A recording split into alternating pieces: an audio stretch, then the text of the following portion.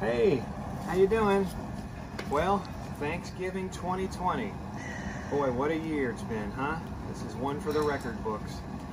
And to top it all off and to tempt fate even more, we're deep frying our turkey this year.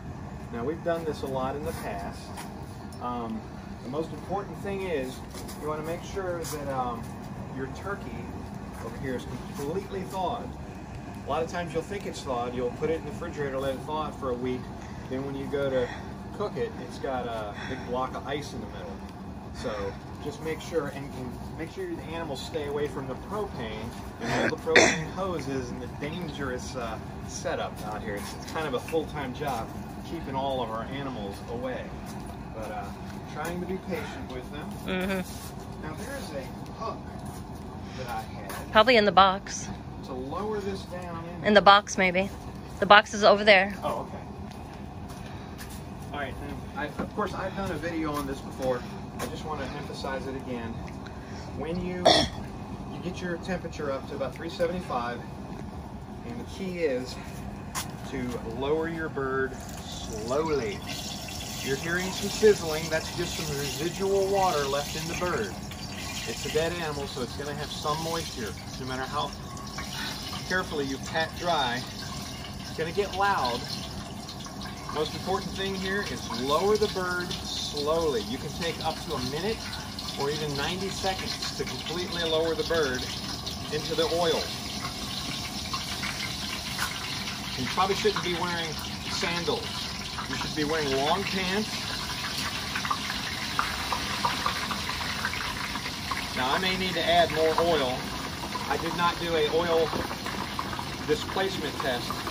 It looks like the bird's fitting in here fine. You do not want the oil to bubble up over the side. That you're just asking for trouble now. Why are you so far back? It looks to me like we may need to add a little more oil. We'll wait and see. Now this time every year is when the fire department gets called, and the number one reason is for people who are deep frying their bird and they don't know what they're doing. It's a very intimidating, this is expert level cooking right here. If you're used to cooking in the stove, this is a completely different experience. I've almost got it down. Alright. Now, I can see that I am definitely going to have to add more oil. I have plenty of extra oil here. See how it's bubbling up over the top. That will stop once the bird is more submerged. This is peanut oil, 100%, not a peanut oil blend. I would strongly suggest you use either peanut oil or lard to cook your bird. Now, when you put your oil in there, this is perfect. 3 gallons of oil is perfect. There's more in there. This is I think this is a 17-pound bird. That's not enough oil.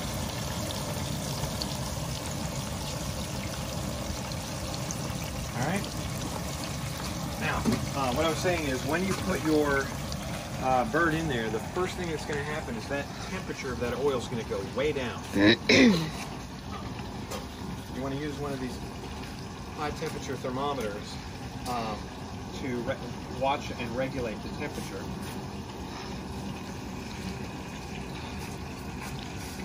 And I'm going to tell you, anytime you see a video or a recipe anywhere that tells you how to cook these birds, I found that it cooks in about half the time that the recipe says. It might say you need to cook it for 90 minutes. It's going to be done in 45. So of course, you know, you temp it just like you would any other poultry or whatever you're cooking. And make sure that the deepest part of the thigh, wherever you stick it, is 175 degrees. So right now, it was at 375. It is now dropped to 275. It's dropped 100 degrees just from putting that cold turkey in there. Great way to quit smoking, by the way, cold turkey. But this is it. We're testing fate in 2020. All right, we'll check back in a little bit. All right.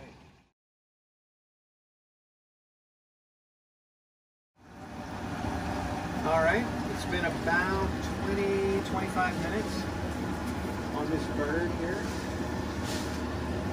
Adjusted the heat a little bit, added some more oil. It ended up using about 3.5 gallons of peanut oil. So we're just waiting now. We're gonna pull the bird out in about another 10 minutes and just do a temperature check to see where we're at.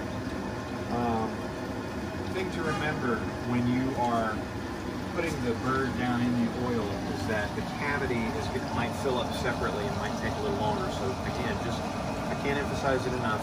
Go slow on putting your bird in the oil, but it's going to be fantastic. We're making some kind of sweet potato casserole, right?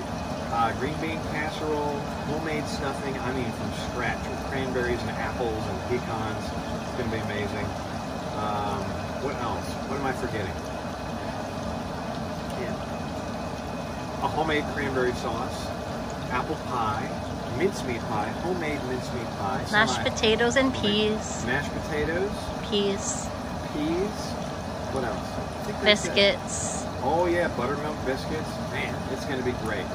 So don't be intimidated, folks. You too can deep fry a turkey. If you've never tried it, it's probably, in my opinion, the best way to enjoy turkey. It cooks evenly and thoroughly. It's crispy, moist, delicious. You do not need to pre-brine it. So there you go. We'll check in with you one more time when we pull the bird out of the oil, all right?